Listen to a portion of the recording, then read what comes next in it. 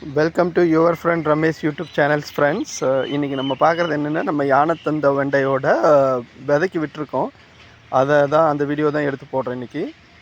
பாருங்கள் எவ்வளோ பெரிய இதுவாக இருக்குது பாருங்கள். ஆல்மோஸ்ட் கிட்டத்தட்ட 8 அடி 9 அடிக்கு மேலே போயிடுச்சு வெண்டைக்காய். ஸோ நம்மளால் நின்னெல்லாம் பிடிக்க முடியாது, அதை பிடிச்சி கீழே இழுத்து அப்புறம் தான் அதோட இதை பார்க்கணும்.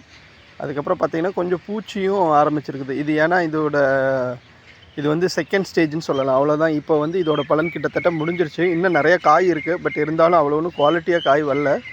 ஸோ அதனால் விதைக்கு விட்டாச்சு. இப்போ பார்த்தீங்கன்னா புதுசாக அந்த இது விடுது பார்த்தீங்களா, இது வந்து செகண்ட் ஸ்டேஜ்.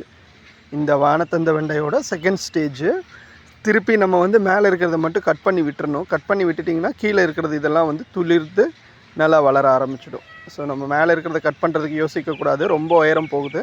ஸோ அதனால் அதை கொஞ்சம் கட் பண்ணி விட்டுட்டோம்னா ஆட்டோமேட்டிக்காக இது வந்துட்டு நமக்கு வந்து திருப்பியும் அதோட க்ரோத் ஒரு மாதம் 2 மாதத்தில் திருப்பி நமக்கு கொடுக்கும்.